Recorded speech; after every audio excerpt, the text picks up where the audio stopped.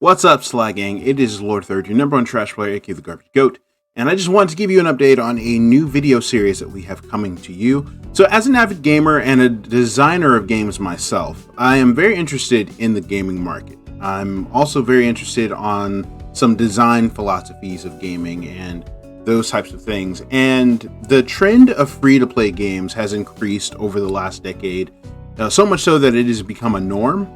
Almost every year, we have even premium developers, AAA developers, producing free-to-play games and setting them out to market.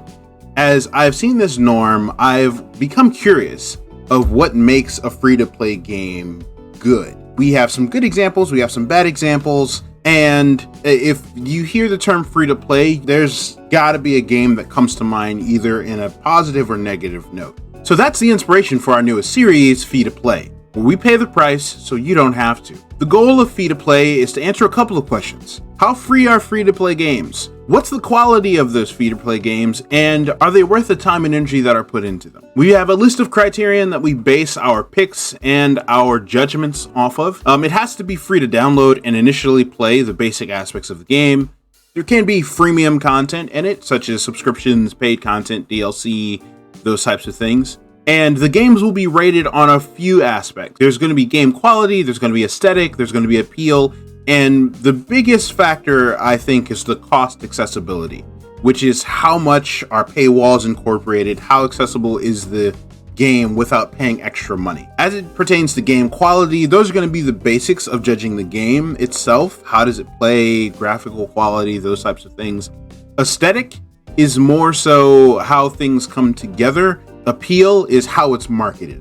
As it pertains to how that score is broken up, as it pertains to game quality, aesthetic, and appeal, those are going to be 5 points each. Cost accessibility is going to be 10 points. So we're going to assess all of these things and give it a score out of 25. And as it pertains to games that are currently on our list, the first on our list is maybe a little known game called Let It Die. Let It Die was actually the game that encouraged me to make this because I played it when it came out back in 2017, 2018, and I recently checked it out again. You know, I was curious about it, this game.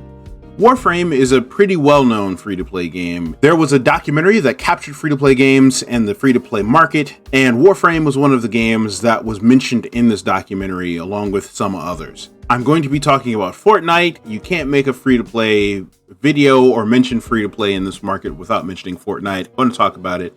I'm going to be talking about gacha games, going to be talking about some other obscure games, and of course, if there are games that you would like us to check out, that you'd like us to review, drop us a line, hit us up on social media, mention it in the comments, that type of deal. We'll do what we can, we'll see what we can do, and actually check it out. As long as it meets the criterion, everything is fair game. So overall, there may be a separate video, maybe once we have a couple of free-to-play videos under our belt that talk about the free-to-play model in general and how the market of gaming tends to be shifting that way, talking about the pros and cons of free-to-play as a model. There is a lot of talk about the cost of games, right? There are $70, $60 games, and people are really wondering, are they worth it? And free-to-play models tend to be the most lucrative model in the market right now. And so a lot of big companies are really looking at the free-to-play model as the most viable option when it comes to business in gaming. And as such, there are going to be some shifts. So I think that we're going to make a video that really addresses that really talks about it at a later point in time. So stay tuned for that. If you're interested in checking out more content, more videos, seeing the streams that we've got going, checking out the podcast, follow us on social media. We're on Facebook and Twitter. We are on YouTube as well. That's where all of our videos are going to be uploaded. All of that to say that we're currently working on the newest video in the series right now, and so you can expect that within the next week or so. But until then, stay chill, stay exemplary, stay sly, folks. We'll see you soon.